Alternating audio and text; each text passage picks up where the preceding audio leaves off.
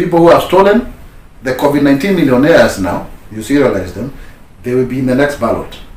Failed cabinet secretaries because of corruption may be the next governors. That is the system that we have. And it is so unassuming that it is so predictable. Well, Anne Waiguru, she was accused of NYS, the next time she's a governor of Kirinyaga. Now we have a crisis with her in the Senate. The same lady who was accused of corruption now is facing the same charges. And then you say, if it walks like a duck, quacks like a duck, it is a duck. Here, Waititu, in 2014, he was adjudged as not fit to hold public office by a court ruling by Mwangi Ngugi. Did he finish his term? We had to impeach him, and impeached he was. So why is it that we want to do the same things time and again and expecting different results as a country? We do not lack good leaders. They may differ in the way they package themselves. In fact, the best of leaders don't know how to package themselves because they may not be streetmart, But then they are there.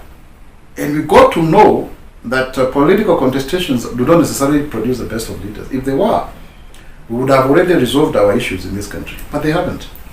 So we've got to have a mix of the technical and the techno-political, and it's very hard to find a combination of a leader who is both book smart and streetwise. That interlocution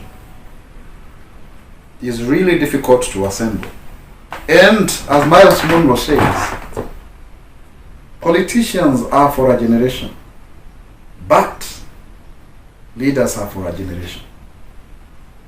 Politicians are for an election, and leaders are for a generation. Why? Because people care so much about whether they'll be re-elected.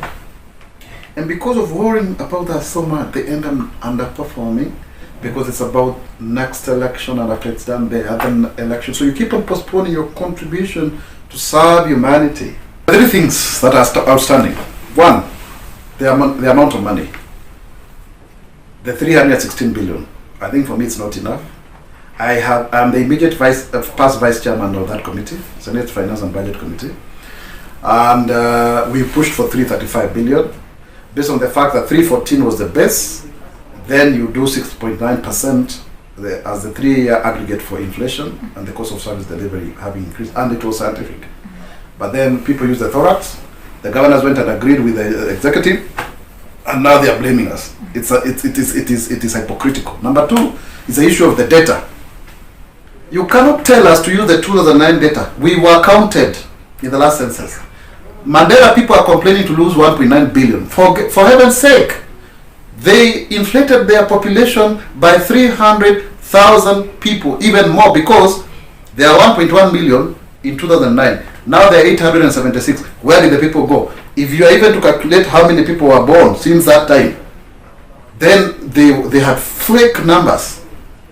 And that we cannot allow, because when I go, like yesterday I was with one of the principals of a top national school, and he was giving me statistics. Somebody from Kiambu getting 5,000 shillings for bursary. Then he has people whose money has been paid 53,000 each. Who's paid? Yes, I agree that indeed some areas have been marginalized. But then you don't also create new forms of marginalization to cure the old one. You don't do so. You don't use false data to get what you don't deserve. And most of this money is being used here in Eastleigh here. That's the truth. So we cannot therefore engage in a tortuous form of retributive justice. We can't do that. Where you want to slow down the horse for the donkey to catch up. And devolution was an antithesis to the allure for the presidency. It has not achieved though. But then it is good for national development because we develop the whole country. And Julius Kambarage Nyerere has put it very clearly. The problem of only having one center. Because if you have one center, then you make a mistake that it affects everybody. But you have different centers, then some will thrive and there will be competition. That is the conversation we were having 10 years ago. It has been vindicated because you have good governors like Oparanya, like Kivutha Kibwana. You go to Kitui, you see the development. So I support devolution. In fact, devolution is the revolution. On 17th of November 2009, I was very privileged to be amongst 6 Kenyans that were publicly given the constitution as a revised draft that then became the constitution that we enjoy today. Here at KICC, in the presence of President Mwai Kibaki and Right Honorable Raila Odinga, I was given a braille copy to represent people with disabilities. I was very much involved in the constitution making process as a member of the reference group of 32 people under the committee of experts. And I was nominated to the Senate. I mean, because I was able to demonstrate that I can run for office. So I am very happy.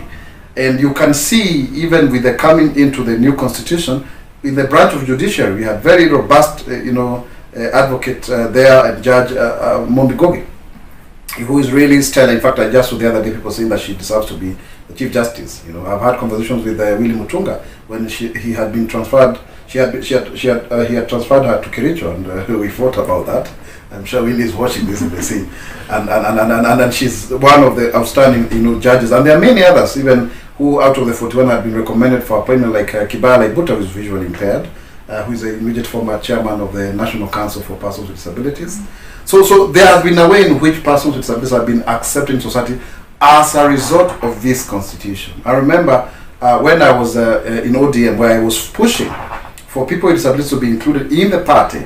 The first time I showed up there, I was told to bring 5 people with disabilities as observers. And then I was able to push for the creation of the position for Secretary for Disability Affairs, which has now been replicated in all of the other political parties, and people with disabilities being represented from the grassroots all the way to the national level. So yes, there has been, but there's, of course, as I demonstrated in 2017, backsliding. There's a way in which the new constitutions and its progressive provisions thereof are being dyed in the wood. They are no longer having the earthiness that is required of supreme law as to occasion the forward progression of a marginalized group of people. So I think that is what we need to look out for, eternal vigilance. We have seen from statistics that 90% of MCAs don't make it, 70% of members of parliament don't make it. So you'd rather serve now. If you make it, well and good. If you don't make it, then that's okay. But then you'll have made your contribution. Now the challenge we have of democracy is that it assumes that the masses will be rational in their decision of who will be their leader. I beg to differ. The masses are not always right. That is the truth. It is not academic, it's been proven scientifically. But also the antithesis again for democracy, or that the contradiction, is that the same people who have been elected by popular will are expected to make the best of decisions that may make them unpopular with the same electorate that put them there in the first place. How do you resolve that problem? Because that is what makes our country not develop. If today I know some people are going to demolish the marketplaces of the people who elected me, I'll go and stand with them. But maybe when those that are demolished may create a better market for them, but the immediate gratification politically will not allow me to do so. So there is an inherent problem of democracy. And that is what seems not to make Africa to develop. Did we democratize too fast? Of course we didn't get benevolent dictators, but from my historical analysis, I see these countries that pontificate themselves upon us, in the so-called first world, were ahead of us, have had hundreds of years to develop to be what they are today, even in terms of the institutional memory and capacity, and even when they have been destroyed by war before. But for us, we were disparate tribes, cobbled up together through colonialism, and then after independence, we are supposed to be one nation. The contradiction of it is, those who had a lot of hope for a post-independence Kenya banked on the unity of tribes to succeed in their endeavor to unify the country or to develop the country. But then they did not realize that then it was very natural for people to be patrimonial, because then now you extract from Kenya to London to the crowd, to the crown, but then now you extract back to the tribe. And I hope I'm not being too technical. So the competition for resources and opportunities is what makes us, it robs us of our collective sense of purpose and derives us of our present and the future. So you need to have leaders who are not just excited by the immediate popularity that makes them win a seat and then they are we move the next election. Countries are never developed because they had this one single leader who came and did abracadabra jiberedi. That is not necessarily the case. And even if that were to be the case, change is incremental. You need a series of good leaders or do-gooders who come over a period of time, consistently and persistently, to change a country. And political parties therefore play a critical role, because it is a, is a confluence of a set of ideas that make people to think in a certain way.